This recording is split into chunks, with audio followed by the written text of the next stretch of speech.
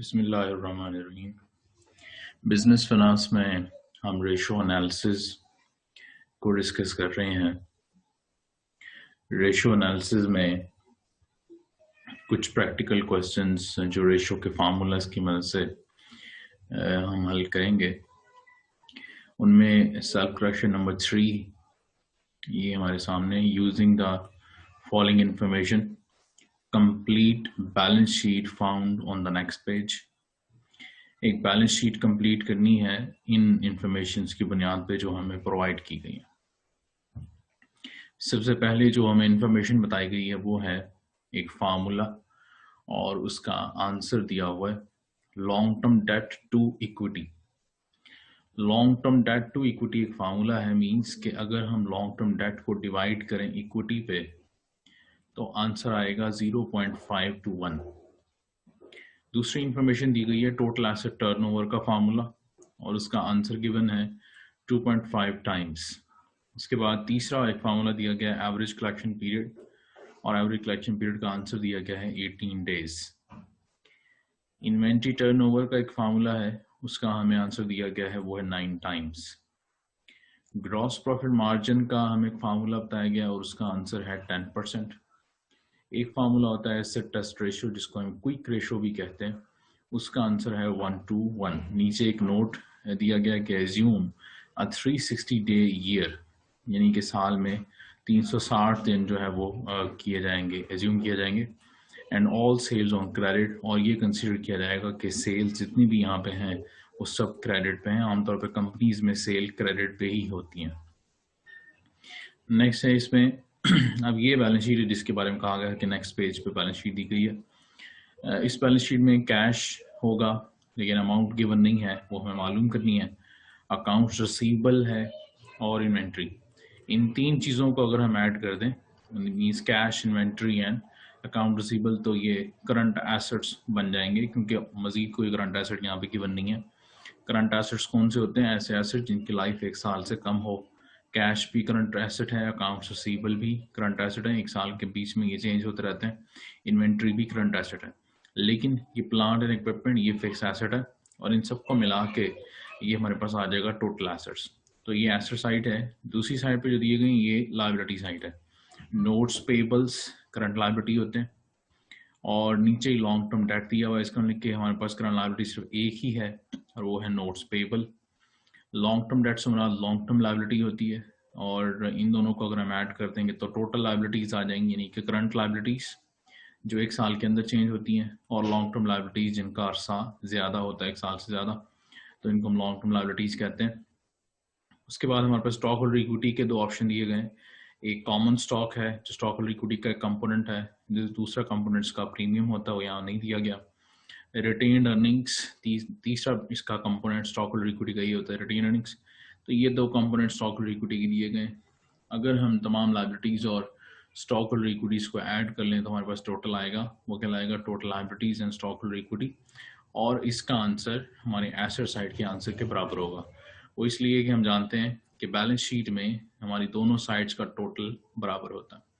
तो इसको हल करने के लिए हमें एक प्रॉपर फॉर्मेट में लिखना पड़ेगा। प्रॉपर फॉर्मेट जो एक बैलेंस शीट का फॉर्मेट होता है उसके मुताबिक हम इसको लिखेंगे और लिखने के बाद इन इंफॉर्मेशंस की मदद से जो खाली जगह हैं उनको हम फिल करेंगे। ये हमारा काम है इस सवाल के बारे में। मीन्स के इन फार्मूला के आंसर्स को अगर आप यूज़ कर सकते हैं तो यूज़ करेंगे, और जहाँ जहाँ पे जो जो आइटम नहीं दिया गया, जैसे ये लॉन्ग टर्म डेट हमें नहीं बताया गया, टोटल लायबिलिटीज़ का टोटल कितना है वो नहीं बताया गया, और एसेट साइड पे कोई अमाउंट भी गिवन नहीं है, तो ये तमाम जो अननोन आइटम्स हैं इनके आंसर हमें कैलकुलेट करने इस इंफॉर्मेशन की मदद से और दूसरा बैलेंस शीट के फॉर्मेट की मदद से। तो इसको हम सॉल्व करने के लिए सबसे पहले बैलेंस शीट का एक प्रॉपर फॉर्मेट देखते हैं। ये सेल्फ करेक्शन नंबर 3 है, इसका प्रॉपर फॉर्मेट है बैलेंस शीट का। बैलेंस शीट का प्रॉपर फॉर्मेट होना इंतहाई ज़रूरी है, उसके बगैर हम रेशोज़ के क्वेश्चंस को हल नहीं कर सकते, क्योंकि रेशो में जो फार्मूले इस्तेमाल किए जाते हैं उनमें से हर एक चीज़ अपने प्रॉपर क्लासिफिकेशन के मुताबिक होती है। जैसे हम जानते हैं कि एसेट साइड होती है बैलेंस शीट में और एक साइड होती है liabilities and equity. Equity means share holder equity, जिसके अंदर 3 आइटम होते हैं, कॉमन स्टॉक, रिटेन अर्निंग और शेयर कैपिटल। ये हमारा अमाउंट का कॉलम है, डॉलर्स में है चूंकि सवाल, इसमें हम डॉलर लिखेंगे और दूसरा लायबिलिटी का अमाउंट का कॉलम। देन हमारे पास करंट एसेट्स में कैश गिवन है, उसकी अमाउंट गिवन नहीं है, अकाउंट्स रिसीवेबल है और इन्वेंट्री, ये तीन चीज़ें क्वेश्चन में दी गई हैं और इन तीनों को अगर हम ऐड कर देंगे क्योंकि तीनों ये करंट एसेट्स हैं तो हमारे पास करंट एसेट्स का टोटल का आंसर आ जाएगा। क्योंकि करंट एसेट्स के टोटल का आंसर हमारे पास फार्मूलों में इस्तेमाल होता है, हम लोग जानते हैं करंट रेशो में करंट एसेट्स का टोटल इस्तेमाल होता है, करंट लायबिलिटीज का टोटल इस्तेमाल होता है। इसी तरह उसके बाद प्लांट एंड इक्विपमेंट दिया हुआ था, ये हमारे फिक्स एसेट होते हैं। अगर हम अपने करंट एसेट्स को अपने इन फिक्स एसेट्स में जमा कर दें तो हमारे पास जो आंसर आएगा वो टोटल एसेट्स का आंसर होगा। अब लायबिलिटी साइड पे क्लासिफिकेशन होती है, उसमें सबसे पहले हमारे पास करंट लायबिलिटीज होती हैं। करंट लायबिलिटीज हमारे पास इस सवाल में एक है तो हम उसी को अपनी करंट लायबिलिटीज करार दे देंगे। तो नोट्स पेबल करंट लायबिलिटी है, इसी को हम करंट लायबिलिटी का टोटल में लिख देंगे। उसके बाद long term date means long term liability, current liability और लॉन्ग टर्म लायबिलिटी, अगर दोनों का ऐड कर लें तो आंसर आ जाता है टोटल लायबिलिटी। यानी कि लायबिलिटीज की दो ही इकसाम होती हैं, एक करंट लायबिलिटी और दूसरी लॉन्ग टर्म लायबिलिटी, जिसका यहाँ पे एक ही एलिमेंट दिया हुआ है लॉन्ग टर्म डेट। तो इन दोनों चीज़ों को ऐड करने से हमारे पास आ जाएंगी टोटल लायबिलिटीज। टोटल लायबिलिटीज में फिर हम कैपिटल की आइटम्स मींस इक्विटी की आइटम्स ऐड करते हैं। इक्विटी आइटम जो सवाल में दी गई है वो एक कॉमन स्टॉक है, दूसरा रिटेन अर्निंग्स है। इन दोनों को अगर हम ऐड कर देंगे तो हमारे पास आ जाएगा शेयर होल्डर इक्विटी, और इस शेयर होल्डर इक्विटी को अगर हम टोटल लायबिलिटीज के साथ ऐड कर दें, दो आइटम्स को जमा कर दें, तो हमारे पास इस साइड का टोटल आ जाएगा जिसका नाम है total liabilities and share holder equity. अब हमें इस सवाल में जहां भी खाली जगह है, जहां क्वेश्चन मार्क लगे हैं, इनकी अमाउंट्स को कैलकुलेट करना है अपने सवाल की गिवन इन्फॉर्मेशन के मुताबिक। सवाल में जो इन्फॉर्मेशन हमें गिवन है उस इन्फॉर्मेशन को अगर हम देखें तो उस इन्फॉर्मेशन में सबसे पहले जो अमाउंट हमें बताई गई है, जो फार्मूला बताया गया वो है long term debt to equity. Means equity और लॉन्ग टर्म डेट को कंपेयर किया जाए तो लॉन्ग टर्म डेट इक्विटी के मुकाबले में हाफ है।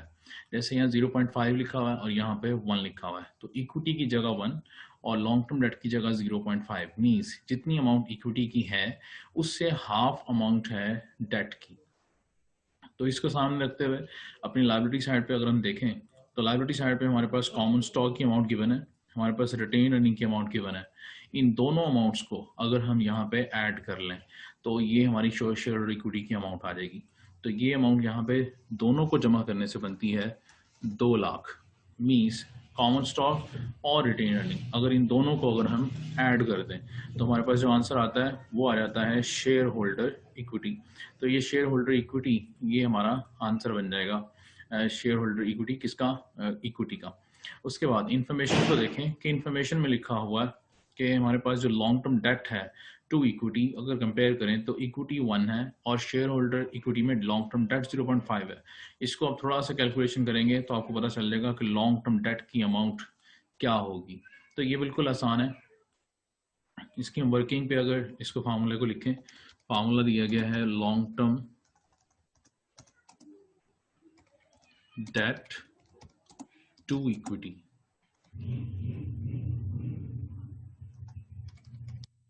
Long term debt to equity formula क्या होगा इसका, लॉन्ग टर्म डेट को हम डिवाइड कर रहे हैं इक्विटी पे। अगर हम लॉन्ग टर्म डेट को डिवाइड करते हैं इक्विटी पे तो हमारे पास जो चीज़ें गिवन है हम उसके अंदर इंसर्ट कर देंगे, हमें आंसर मिल जाएगा। अब हमें जो जो चीज़ें गिवन है वो हम देखते हैं। हमारे पास long term debt to equity का आंसर गिवन है, वो आंसर क्या है 0.5, यानी कि long term debt to equity का आंसर, ये 2-1 से हमारा कंपैरिजन है, इसका आंसर बेसिकली 0.5 है। तो इसका आंसर 0.5 हम यहाँ पे इस्तेमाल करेंगे, इज इक्वल टू। अब हमें यहाँ पे सवाल में लॉन्ग टर्म डेट की अमाउंट नहीं पता, लॉन्ग टर्म डेट की अमाउंट चूंकि हमें नहीं पता तो हमारे पास दूसरी अमाउंट कौन सी है, हमारे पास जो पता है हमें वो है शेयर होल्डर इक्विटी की अमाउंट। तो यहाँ पे हम लिखेंगे long term date divided by equity की अमाउंट कितनी है, इक्विटी की अमाउंट पास ये 2 लाख रुपए हैं, तो ये 2 लाख रुपए हम इसको डिवाइड कर देंगे। अब इसको डिवाइड करने के बाद इक्वेशन का बिल्कुल सिंपल सा एक वे है जिसे हम क्रॉस मल्टीप्लाई करना कहते हैं। तो अगर हम क्रॉस मल्टीप्लाई कर दें तो क्रॉस मल्टीप्लाई करके हमें आंसर मिल सकता है। जैसे अगर हम लिखना चाहें कि 0.5 का डिवीजन में बटा क्या होगा, तो वो 1 होगा। अगर वो 1 होगा तो अगर हम इसको क्रॉस मल्टीप्लाई करते हैं तो क्रॉस मल्टीप्लाई से मुराद ये है कि हमारा 0.5 2 लाख से मल्टीप्लाई होगा और लॉन्ग टर्म डेट मल्टीप्लाई होगा 1 से। तो इसको हम फिर कैसे किस फॉर्मेट में लिखेंगे, वो फॉर्मेट होगा लॉन्ग टर्म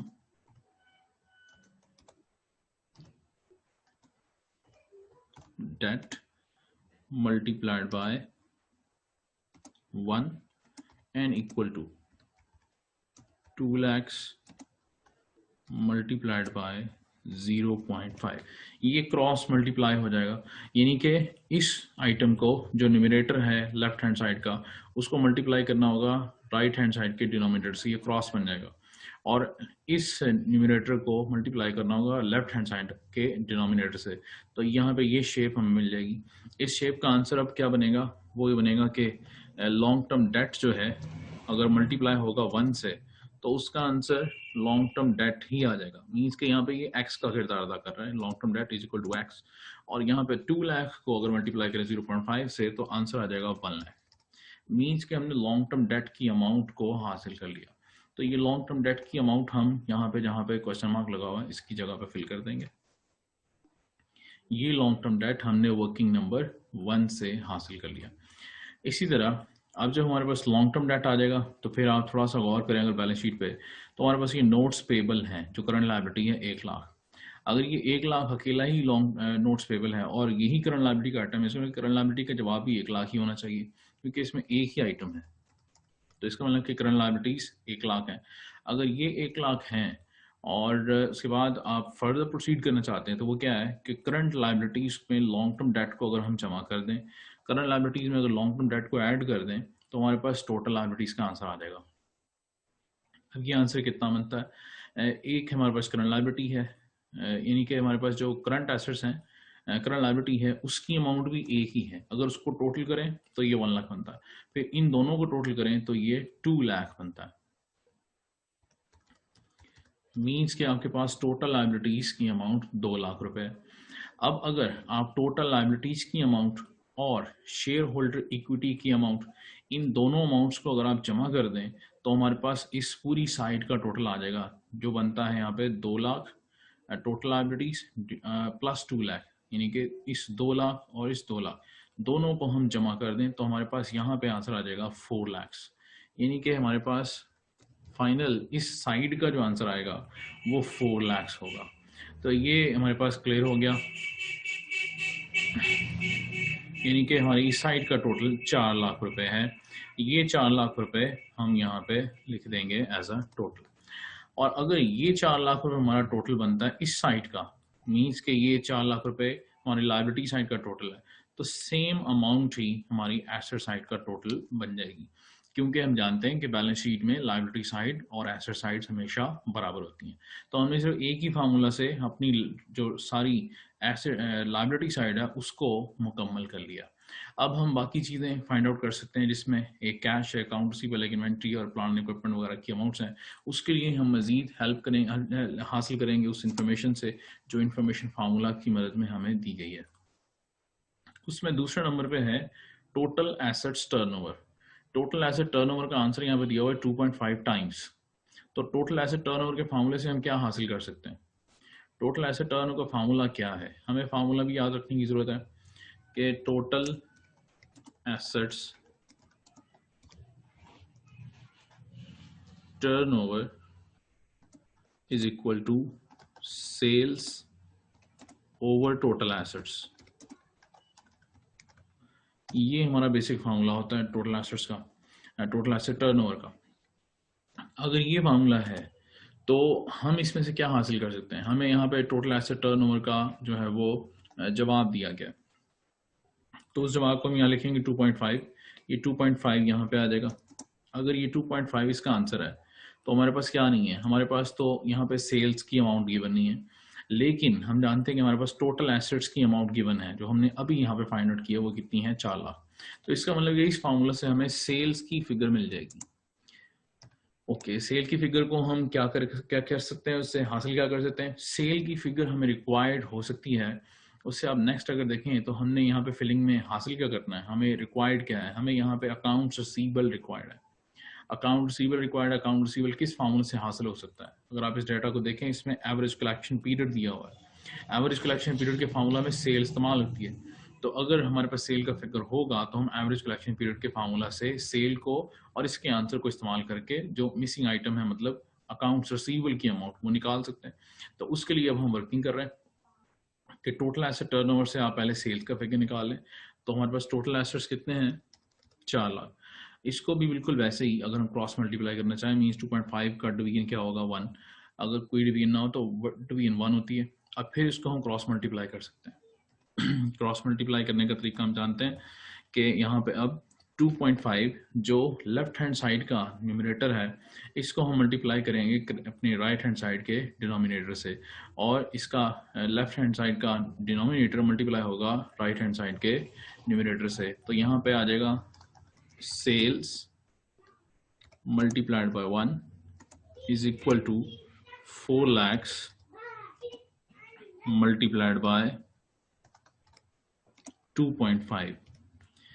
उसके बाद इसको अगर आप हल कर दें तो यहाँ पे पता है कि sale multiply by 1 is equal to sales ही रह जाएगा। तो सेल्स का फिगर अब किसके बराबर आ जाएगा? मीन्स के 4 लाख को 2.5 से अगर आप मल्टीप्लाई कर दें तो ये आंसर आ जाएगा 10 lakhs। यानी कि सेल्स का फिगर हमें मालूम हो गया। अब सेल्स का फिगर तो हमने यहाँ पे बैलेंस शीट में कहीं नहीं लिखना, लेकिन हमें बैलेंस शीट में अकाउंट्स रिसीवेबल का फिगर चाहिए और हमें अपनी बैलेंस शीट में इन्वेंट्री का फिगर भी चाहिए। तो यहाँ से हम अकाउंट रिसीवेबल तक पहुँच सकते हैं। कैसे पहुँच सकते हैं? अगर हमें फार्मूला याद है कि अकाउंट्स रिसीवेबल में हासिल करने के लिए हमें एवरेज कलेक्शन पीरियड के फार्मूले की ज़रूरत पड़ेगी। तो यहाँ देखें, एवरेज कलेक्शन पीरियड का आंसर गिवन है 18 डेज। अगर एवरेज कलेक्शन पीरियड का आंसर गिवन हो 18 डेज, तो इस फार्मूले को थोड़ा याद करिए। फार्मूला क्या होता है? Average account receivable multiplied bye days in a year divided by credit sale. तो हमारे पास आंसर गिवन है, हमारे पास 360 डेज भी पता है, हमें क्रेडिट सेल का आंसर भी मालूम हो गया है। तो हम इससे अकाउंट रिसीवेबल का आंसर इजीली फाइंड कर सकते हैं।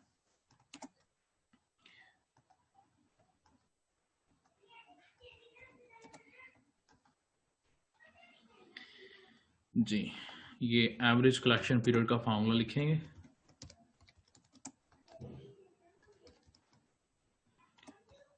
एवरेज कलेक्शन पीरियड का फार्मूले में होता है accounts receivable multiplied by 360 means day in a year and divided by credit sale. तो क्रेडिट सेल यहाँ पे उसने सवाल के शुरू में बता दिया था नोट में कि हमारी जितनी भी सेल आपके पास आएगी ये सारी सेल क्रेडिट सेल है।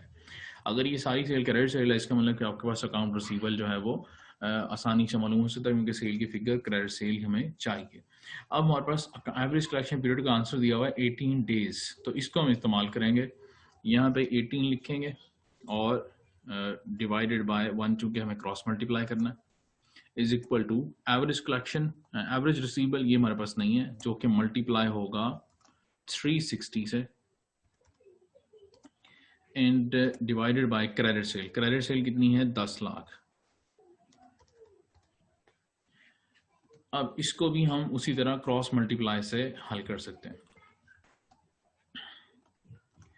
जी, क्रॉस मल्टीप्लाई अगर हम इसको करेंगे तो हम जानते हैं कि ये 18 जो हमारा लेफ्ट हैंड साइड का न्यूमरेटर है, ये डिनोमिनेटर से right hand side opposite side से मल्टीप्लाई होगा, और account receivable multiply by 360 multiply होगा 1 से।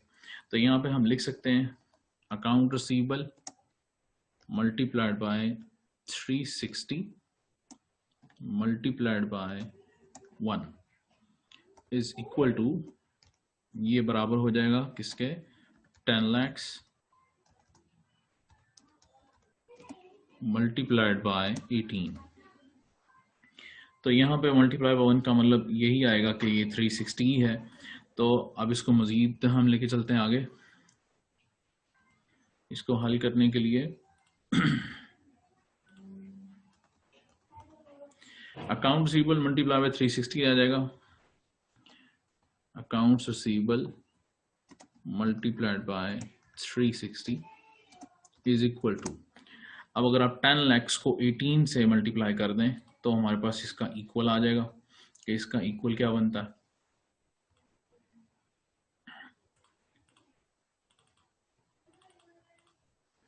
10 lakhs मल्टीप्लाइड बाय 18,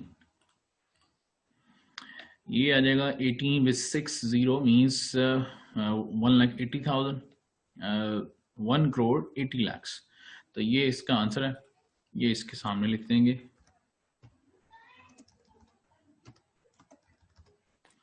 जी, उसके बाद अब हमारे पास अकाउंट रिसीवेबल हम हल कर सकते हैं।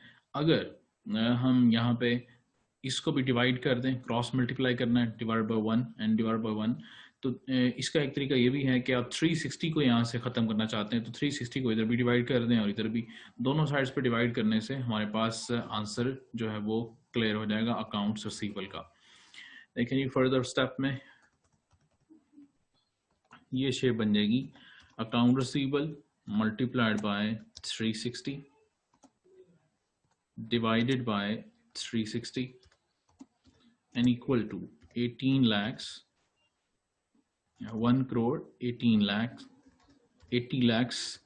तो ये आपके पास आ गया डिवाइडेड बाय 360, क्योंकि इक्वेशन है, इक्वेशन के दोनों साइड पे हमें एक ही अमल करना है, इधर भी डिवाइड बाय 360 कर देंगे और इधर भी डिवाइड बाय 360 कर देंगे। उसके बाद अब जो हमारे पास बचेगा वो बचेगा सिर्फ अकाउंट रिसीवेबल का आंसर जो हमें रिक्वायर्ड है। Account receivable is equal to, अब 360 डिवाइड बाय 360 हम करेंगे तो इक्वल टू 1 आ जाएगा, मतलब यहाँ पे ये 1 खत्म हो गया तो अकाउंट रिसीवेबल आ गया।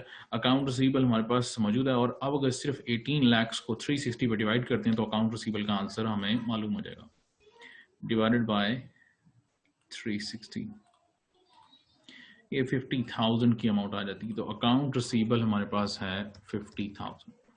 तो ये हमने मालूम कर लिया कि हमारे पास जो अकाउंट रिसीवेबल मिसिंग आइटम थी हमारी बैलेंस शीट में वो 50,000 है। तो इसको भी अपने बैलेंस शीट में हम लिख लेंगे यहाँ पे 50,000, ये भी हमने मालूम कर लिया।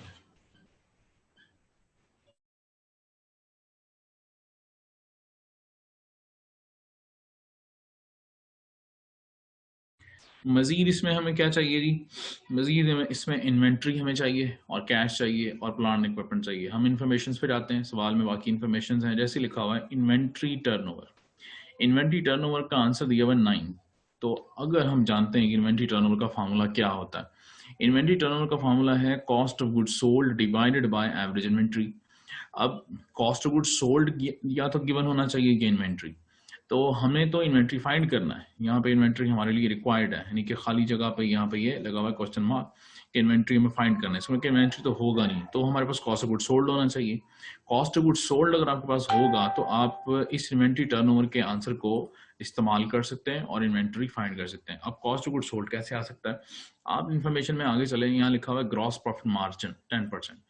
अगर ग्रॉस प्रॉफिट मार्जिन 10% है तो इससे हमें ग्रॉस प्रॉफिट मिल जाएगा। अगर हम इसमें से ग्रॉस प्रॉफिट निकाल सकते हैं तो सेल्स में से ग्रॉस प्रॉफिट को आप माइनस कर दें तो जो जवाब आएगा वो कॉस्ट ऑफ गुड्स सोल्ड होगा। मींस के कॉस्ट ऑफ गुड्स सोल्ड आपको मिल सकता है क्योंकि आपके पास सेल का फिगर भी है और आपके पास ग्रॉस प्रॉफिट मार्जिन भी है। अगर आपके पास सेल का फिगर भी गिवन हो, ग्रॉस प्रॉफिट मार्जिन भी गिवन हो, तो आप ग्रॉस प्रॉफिट भी निकाल सकते हैं और उसका दूसरा component cost of goods sold भी निकाल सकते हैं। कैसे करेंगे देखते हैं। ग्रॉस प्रॉफिट मार्जिन है 10%। अब हम जानते हैं कि हमें अपने इस सवाल को हल करने के लिए इन्वेंट्री की अमाउंट दरकार है।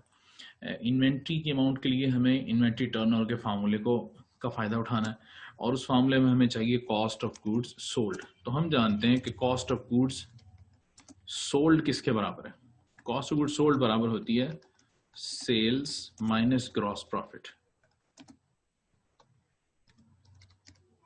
अगर सेल्स में से ग्रॉस प्रॉफिट को हम माइनस कर देते हैं तो हमारे पास जो आंसर आएगा वो कॉस्ट ऑफ गुड्स सोल्ड होगा।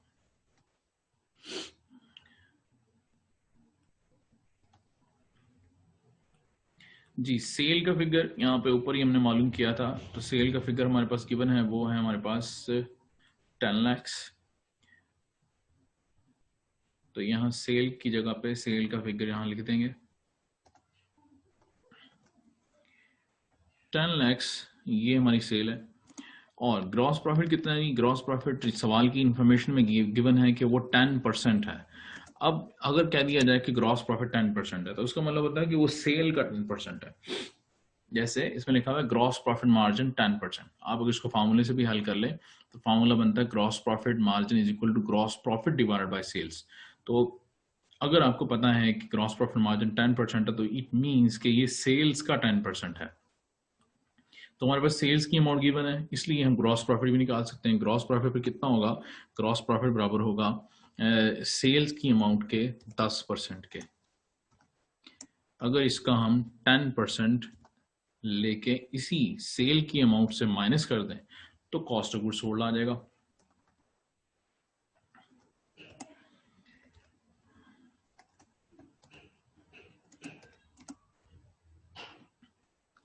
जी, अगर 10 लाख का 10% लेते हैं तो वो 1 लाख बनता है। अगर 10 लाख में से 1 लाख को आप माइनस कर देते हैं तो वो 9 लाख बनता है। तो ये हमारे पास कॉस्ट ऑफ गुड सोल्ड आ गया। अगर हमारे पास कॉस्ट ऑफ गुड सोल्ड है तो फिर आप सवाल में से इन्वेंट्री टर्नओवर के फार्मूले को इस्तेमाल करके इन्वेंट्री का आंसर फाइंड आउट कर सकते हैं। तो इन्वेंट्री टर्नओवर का फार्मूला क्या है, उस फार्मूले को हम यूज करेंगे। फार्मूला हमारे पास मौजूद है, हम उसको फार्मूले को लगाते हैं यहाँ पे। फिफ्थ वर्किंग है inventory turnover is equal to cost of goods sold divided by inventory. Cost of goods sold को अगर हम इन्वेंट्री पे डिवाइड कर दें तो हमारे पास आंसर आ जाता है इन्वेंट्री टर्नओवर का। अब हमारे पास इन्वेंट्री टर्नओवर का आंसर गिवन है। यहाँ देखें सवाल में इन्वेंट्री टर्नओवर का आंसर दिया हुआ है 9 टाइम्स, मींस के 9 इसका आंसर है। तो यहाँ पे लिखेंगे 9 इन्वेंट्री टर्नओवर के आंसर इन्वेंट्री टर्नओवर की जगह। और कॉस्ट ऑफ गुड्स सोल्ड ये हमारे पास 9 lakh cost of goods sold हमने ऊपर वाली कैलकुलेशन में ऐड किया, फाइंड आउट किया, तो इसको हम यहाँ पे 9 लाख लिखेंगे। अब हमारे पास इन्वेंट्री गिवन नहीं है तो इन्वेंट्री इस फार्मूले से हम निकाल सकते हैं।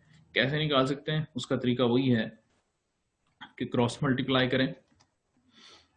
क्रॉस मल्टीप्लाई कब कर सकते हैं आप? 9 का डिवीजन ऑफ कोर्स 1 होगा, इट इज अंडरस्टूड। और फिर उसके बाद आप यहाँ पे 9 लाख डिवाइडेड बाय इन्वेंट्री। जी, अब इसको अगर हम क्रॉस मल्टीप्लाई करें तो क्रॉस मल्टीप्लाई में हमें क्लियर हो जाएगा कि ये जो 9 है इसे मल्टीप्लाई होना इन्वेंट्री से, और ये जो 9 लाख हैं इसे मल्टीप्लाई होना है इस 1 से। तो हम यहाँ पे लिख सकते हैं इन्वेंट्री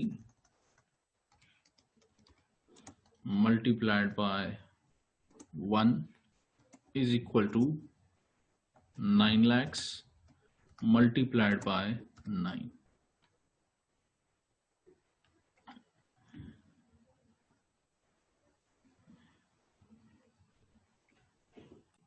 जी, ये इसका इक्वेशन बन जाएगा क्रॉस मल्टीप्लिकेशन में। अब अगर इसको आप हल कर दें तो ये बनेगा इन्वेंट्री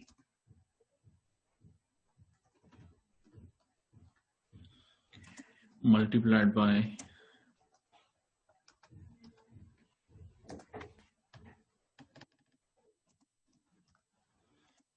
9 इज, जी ये आ जाएगा एग्जैक्टली 9 लाख। अब हम जानते हैं कि अगर हम 9 को डिवाइड करें 9 को डिवाइड करें बोथ साइड्स पे तो हमें इन्वेंट्री का आंसर मिल जाएगा।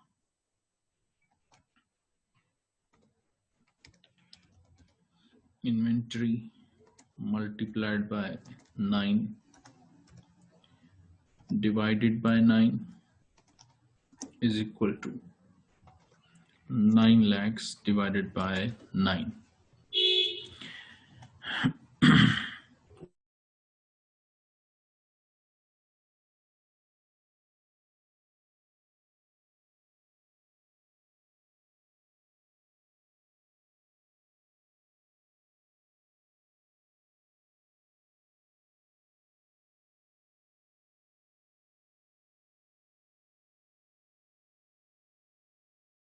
ये हमारा इन्वेंट्री का आंसर जो है वो हासिल हो गया। अब इसको हम बैलेंस शीट में जहां पे इसकी ब्लैंक प्लेस है वहां पे लिख देंगे। ये हमारे पास 1 लाख रुपए इन्वेंट्री भी आ गई। अब हमारे पास जो बचा है वो सिर्फ कैश है। तो कैश की अमाउंट कैसे पता चलेगी? करंट एसेट्स की अमाउंट हमारे पास नहीं है, प्लांट इक्विपमेंट की अमाउंट नहीं है, उसके लिए मजीद इंफॉर्मेशन देखते हैं। ग्रॉस प्रॉफिट मार्जिन भी इस्तेमाल हो गया। अब नेक्स्ट है asset test ratio. Asset test ratio का जवाब दिया हुआ है 1:1। अगर एसेट टेस्ट रेशो का आंसर है 1:1 तो इसका मतलब कि एसेट टेस्ट रेशो को अगर आप अप्लाई करके देख लें तो आपको मजीद हेल्प मिल जाएगी। अब एसेट टेस्ट रेशो का फार्मूला क्या है? एसेट टेस्ट रेशो कहते हैं क्विक रेशो को।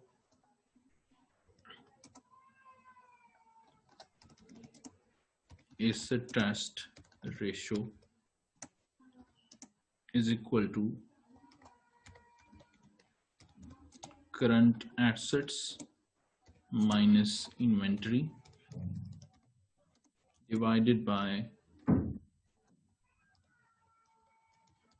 current liabilities।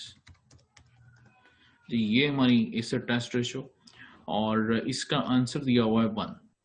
अगर इसका आंसर 1 है तो इसका मतलब ये हुआ कि हमारे पास जो current assets minus inventory is equal to current liabilities है, इसमें जो चीजें गिवन है हम उनको लिख के अपना करंट लायबिलिटीज या करंट एसेट्स का जो है वो आंसर निकाल सकते हैं। ओके, अब हमारे पास सवाल में जो चीजें दी हुई हैं इसमें देखें कि हमारे पास ये करंट लायबिलिटीज गिवन है।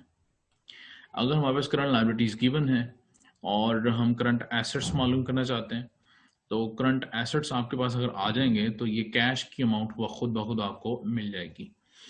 अच्छा, अब करंट एसेट्स वो चीज़ हैं कि अगर आप इसको फाइंड आउट कर लेते हैं तो उसके बाद आपको आंसर मिल सकता है आपके कैश का।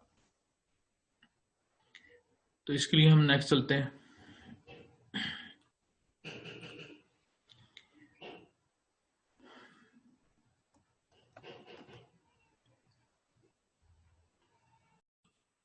जी नेक्स्ट हम चलेंगे इसमें।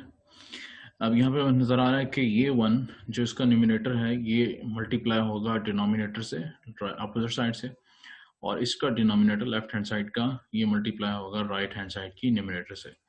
तो ये हमारे पास बन जाएगा current assets minus 1 lakh multiplied by 1।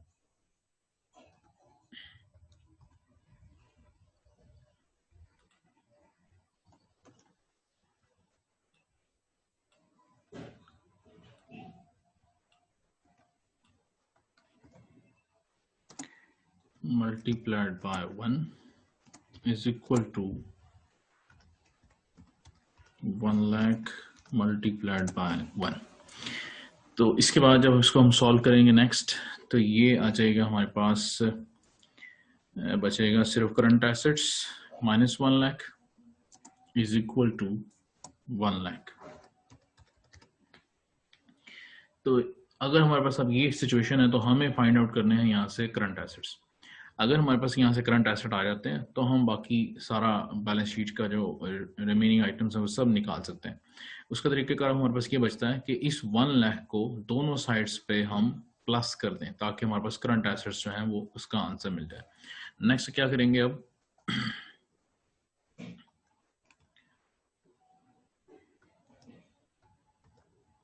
Current assets minus 1 lakh, इसमें भी हम प्लस कर देंगे 1 लाख को और अपोजिट साइड पे जो 1 लाख है उसमें भी प्लस कर देंगे 1 लाख। इससे क्या होगा कि ये माइनस 1 लाख और ये प्लस 1 लाख ये दोनों आपस में हो जाएंगे कैंसिल और हमारे पास फाइनल सॉल्यूशन आ जाएगा करंट एसेट का कि करंट एसेट्स यहाँ पे बराबर हो जाएंगे 2 लाख रुपए के। तो हमारे पास अगर करंट एसेट्स का आंसर आ गया तो इस करंट एसेट के आंसर को हम पुट करेंगे अपनी बैलेंस शीट के रेलेवेंट प्लेस पे। ये करंट एसेट है, यहाँ पे इसको हम लिखेंगे 2 लाख। अगर ये 2 लाख करंट एसेट का टोटल है तो हम जानते हैं कि ये एक कैटेगरी टोटल है। कैटेगरी टोटल मीन्स कि इसमें ये 3 आइटम्स जमा होते हैं तो ये करंट एसेट आता है। अब अगर आप रिवर्स कैलकुलेशन देख लें, इन्हीं के 2 एलिमेंट्स हमें मालूम है जिससे मिलकर ये 2 लाख बना है, तो तीसरा एलिमेंट खुद ब खुद आ जाएगा। मीन्स के 2 लाख में शामिल है इन्वेंट्री का 1 लाख, अगर इसको माइनस कर दें तो 1 लाख रिमेनिंग, इसमें से माइनस कर दें अकाउंट रिसीवेबल का 50,000 तो इसको माइनस करने के बाद यहाँ जो बचेगा वो एग्जैक्टली 50,000 ही होगा। मीन्स के कैश आप मालूम कर सकते हैं रिवर्स कैलकुलेशन से। अगर आपके पास करंट एसेट्स मौजूद हैं तो आप यहाँ पर रिवर्स कैलकुलेशन से जो है वो कैश निकाल सकते हैं। तो जी इस तरह से हम नीचे से ऊपर की जानिब इसको कैलकुलेट करेंगे। 2 लाख में से 1 लाख माइनस करेंगे, 50,000 माइनस करेंगे तो हमारे पास ये वाला 50,000 समझ में आ जाएगा। अब कुछ भी नहीं बाकी रह गया हमारे पास से ये टोटल है जो 4 लाख रुपीस हैं, जो हमारी साइड का टोटल है, और इसके बाद हमारे पास करंट एसेट्स हैं, इसका टोटल हमारे पास मौजूद है। अगर इस करंट एसेट में प्लांट और इक्विपमेंट का आइटम का टोटल हम शामिल कर लें, इसके अमाउंट शामिल कर लें, तो हमारे पास 4 लाख आना चाहिए। मीन्स कि ये जो टोटल एसेट का आंसर है 4 लाख, ये इसमें नेट फिक्स एसेट का आंसर शामिल होता है और करंट एसेट का आंसर शामिल होता है, तो ये 4 लाख बनता है। हमारे पास करंट एसेट 2 लाख है, 4 लाख एंड 2 लाख, इन दोनों का डिफरेंस क्या होगा? इन दोनों का डिफरेंस एग्जैक्टली 2 लाख बनता है, तो वो भी 2 लाख ही बनेगा। अब ये 2 लाख हमने यहाँ पे लिख दिया, तो ये 2 लाख हमने यहाँ जो लिखा ये हमारा फिक्स एसेट का हो गया और यही इसका फाइनल है। इसी को हम यहाँ पे नेट फिक्स एसेट में लिखेंगे।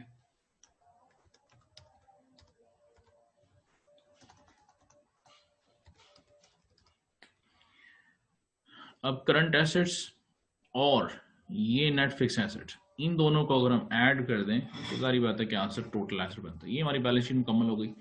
तो ये बैलेंस शीट जो हमने मुकम्मल की है वो वर्किंग से मुकम्मल की है। वर्किंग हमारे पास कैसे आती है कि वर्किंग जो है वो हमारे पास जो गिवन इंफॉर्मेशन है उन फार्मूलाज को यूज़ करने से हमारे पास जनरेट होगी। फार्मूला के जो पर्टिकुलर्स हैं, इसके न्यूमरेटर और डिनोमिनेटर अगर हमें याद हों तो हम उनको इस्तेमाल करके जो भी मिसिंग आइटम्स हैं उनको फाइंड आउट कर सकते हैं। ये सब तब ज़्यादा आसान होता है जब हम फार्मूलाज को मुकम्मल तौर पे याद कर लें और जो गिवन फार्मूलाज हैं उनका फ़ायदा उठाने की सलाहियत फिर हमें पैदा हो जाती है।